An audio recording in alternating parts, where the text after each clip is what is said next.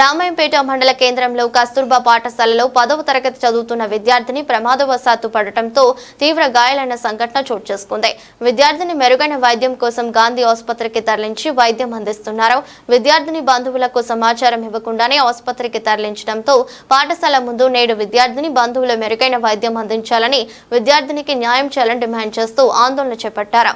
ప్రమాదం జరిగిన విషయాన్ని తెలుసుకున్న జిల్లా విద్యాధికారి ప్రొఫెసర్ రాధాకృష్ణ లేడు కస్తూరిబా గాంధీ బాలికల పాఠశాలను సందర్శించారు. ప్రమాదం జరిగిన పాఠశాల సిబ్బందిని అడిగి తెలుసుకున్నారు.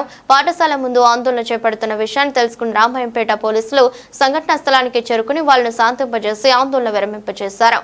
ఇప్పటికి వరకు తమకు సమాచారం అందించాలని, ప్రమాదం ఎలా జరిగిందని తెలిపారు.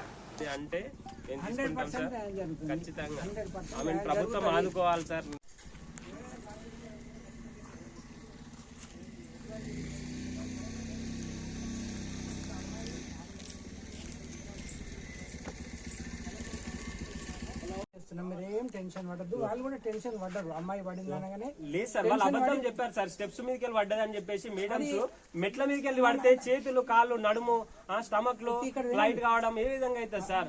అట్లాంటి ఇన్ఫర్మేషన్ ఎందుకు ఇచ్చారు? వీళ్ళు ఏదో దాస్తున్నారు సార్. టీచర్స్ కానీ అక్కడ ఉన్నారు కానీ వీళ్ళు దాచి పెడుతున్నారు, ఇన్ఫర్మేషన్ ఇస్తలేరు. టీచర్స్ వల్ల ఏమన్నా అటెంప్ట్ చేసుకోవడానికి ఇబ్బంది పడ్డదా? ఏనండి కోరుదాం. ఇప్పుడు జరిగిన ఇన్సిడెంట్ బాధాకరం అని చెప్తున్నాం కదా. ప్రభుత్వం వెంటనే ప్రభుత్వం వెంటనే ప్రభుత్వం వెంటనే ప్రభుత్వం వెంటనే ప్రభుత్వం వెంటనే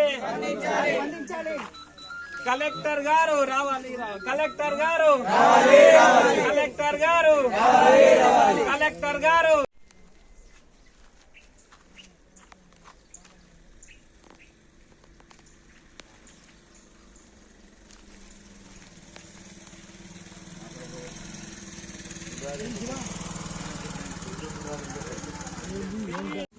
రామాయంపేట పాఠశాలను సందర్శించడం జరిగింది.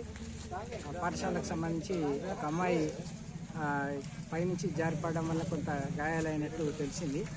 మరి అమ్మాయిని మెరుగైన చికిత్స కోసం గాంధీ హాస్పిటల్లో మనకు ట్రీట్మెంట్ ఇప్పించడం జరుగుతుంది. గౌరవ కలెక్టర్ గారు దీనికి సంబంధించి అక్కడ ఉండేటువంటి అధికారులతో మాట్లాడి వీలైన త్వరగా ఆమెకు కోలుకునేటట్టుగా ట్రీట్మెంట్ ఇప్పించాలని చెప్పడం జరిగింది. అమ్మాయి ఇప్పుడు ప్రస్తుతం బాగానే ఉంది, ఎటువంటి ఇబ్బంది లేదు.